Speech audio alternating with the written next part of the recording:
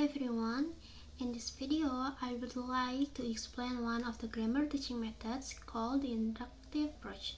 This approach is quite different from the traditional way because here students are the ones who discover the grammar rules by themselves, not just listening to the teacher's explanation. According to Thornberry, 1999, the inductive approach is a method where students find grammar rules by analyzing examples.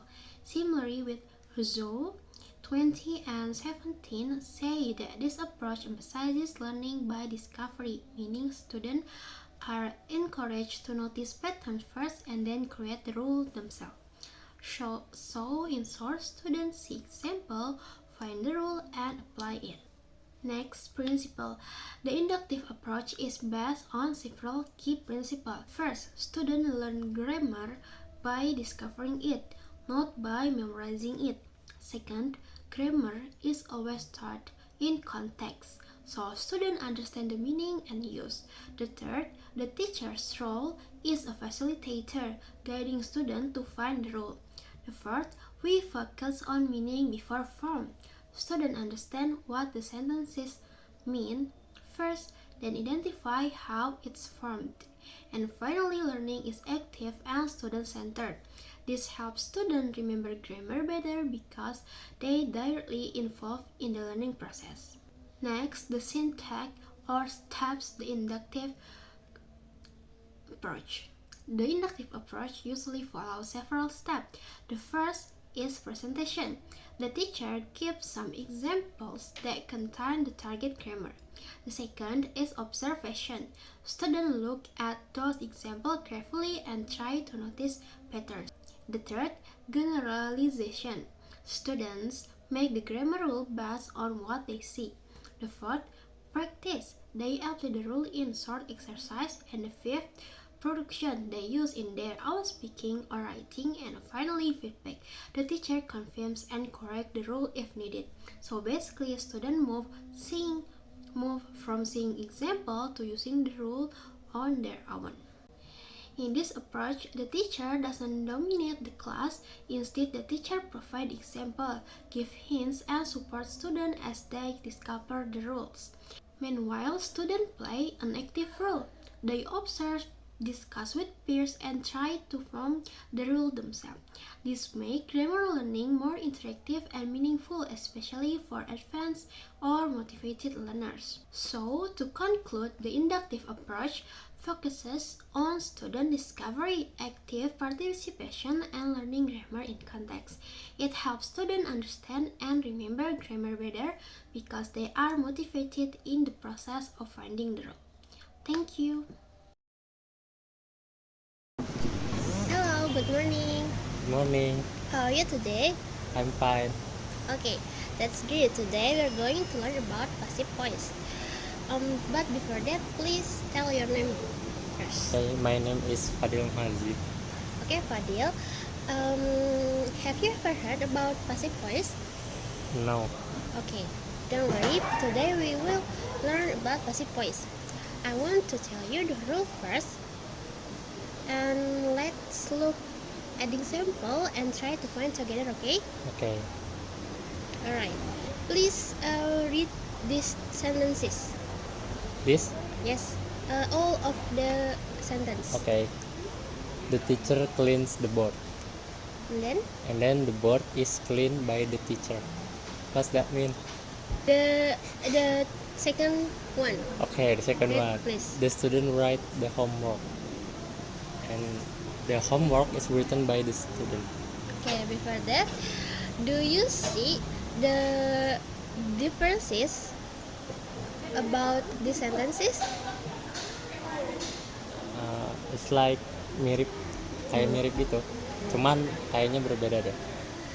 Do you think these sentences have same meaning? Apa artinya sama? Yes. I think meaningnya the same.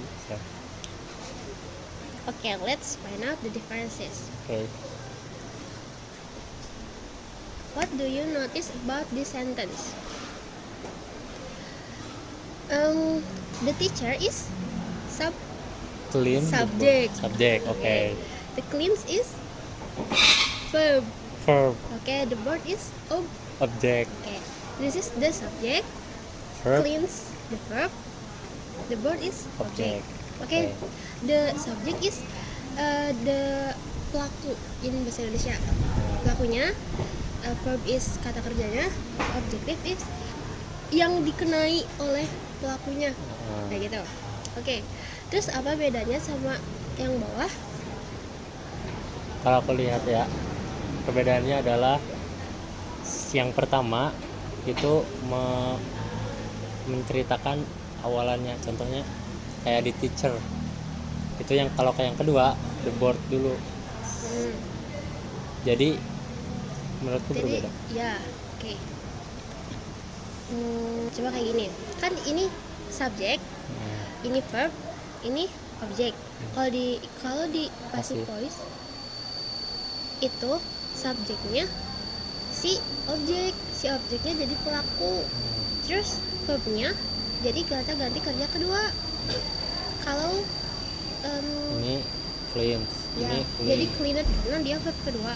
Terus si objeknya yang disimpan, subjeknya disimpan di terakhir. Kayak gitu. Coba sekarang kamu coba bikin salah satu contoh active voice-nya dulu. Oke, Anin cleaned the room. Aktifnya Anin cleans the room. ya, karena verbnya masih verb 1. Okay. Ya, ditambah S atau S karena dia aktif, jadi simple present. Kalau pasifnya? Coba Room. bedroom. Bedroom. Kamu tadi bilang bedroom. Room is cleaned by Anin. Yeah, nice. Let's go. kayak another. So we can conclude this example is passive voice.